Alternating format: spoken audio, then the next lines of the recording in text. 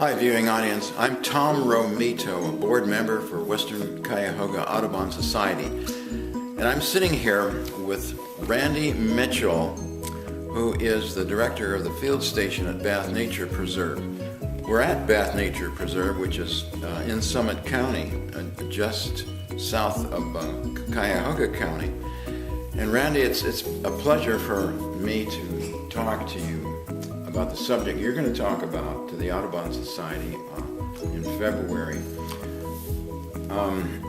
What I'm mainly interested in right now is your role here at the Nature Preserve. Can you talk a little bit about that? Sure. We have a cooperative agreement between the University of Akron and the Bath Township to work here at the Bath Nature Preserve, which they have preserved from what used to be the old Firestone estate. They voted a levy on themselves to preserve this area because it has some really interesting and useful habitats. And I guess you guys have been noticing that birders have found this to be a really interesting place. We get good populations of bobolinks and a fair number of the grassland birds, the henslows and grasshopper sparrows, and a shrike likes to be around here. We've got a pair of eagles that have moved in the last few years. So it's a good birding habitat, and so our work with Bath is to help them understand what they have and how to manage it.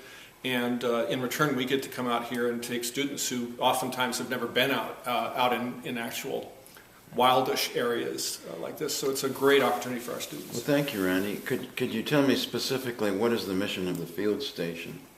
It's to preserve the land and to help people know more about it and to help learn more about it. And what specific studies do you do? I mostly do work with pollinators and their conservation and biology. I've also found, since the university has come into possession of some wetland properties, I've started to teach myself about wetland ecology, but I'm a bit of a novice on that. Then let's talk a little bit more about plant pollinator conservation. Can you give us an overview about that body of knowledge? Yeah, so pollinators are really important because without them a lot of plants couldn't reproduce themselves, and then we'd all be at a loss since everybody eventually is eating plants, or you're eating something that ate a plant. So I've been trying to understand how the pollinators affect the plants and how the plants affect the pollinators, and we do that using all kinds of techniques from binoculars and muddy boots to DNA and lab work.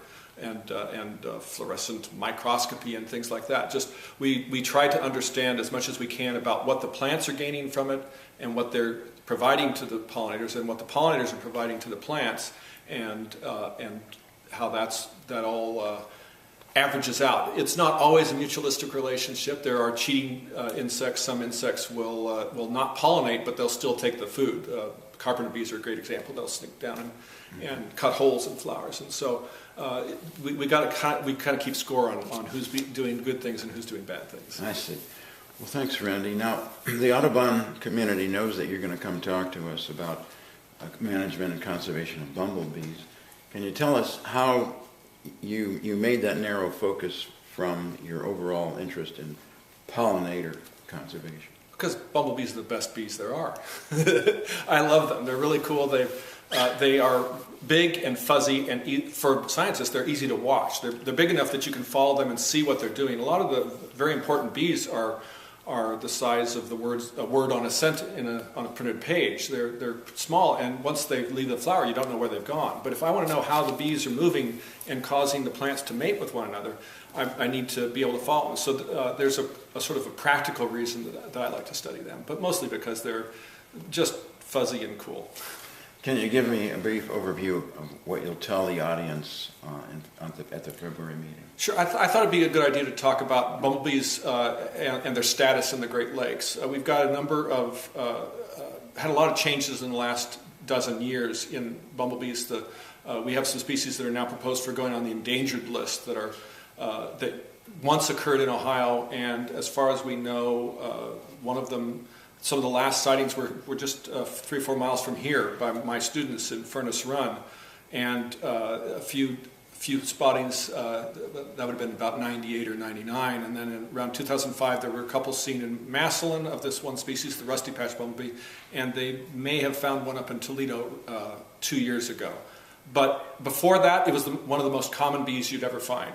it's just disappearing. We're not completely sure why, and I thought the more I can let people know about them and bumblebees in general, so we can do things that help them, the better off they're going to be. Well, thanks, Randy. I'd like to bring our conversation back to a larger focus, and that is the potential impact of climate change on plant pollinators. Can you discuss that a little bit?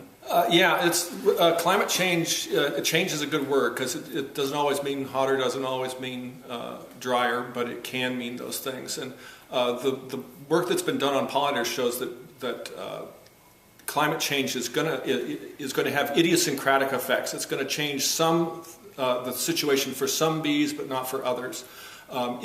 It will change the relative timing of the plants and the pollinators, because the plants are often cued in to photoperiods, and the bees are often cued into temperatures. And so if the temperature changes but the photoperiods aren't changing, we're going to have a mismatch about when the bees are around and when the plants that they need for their food and that need the bees for pollination are going to be around. With bumblebees, we've also found the evidence so far shows that they're not tracking as the appropriate temperatures for them to move north. They're not able to track it. They aren't moving north at the southern end of their boundary as well as they could, and they're getting left behind. And that means that there's smaller populations and that they're more in danger of extinction.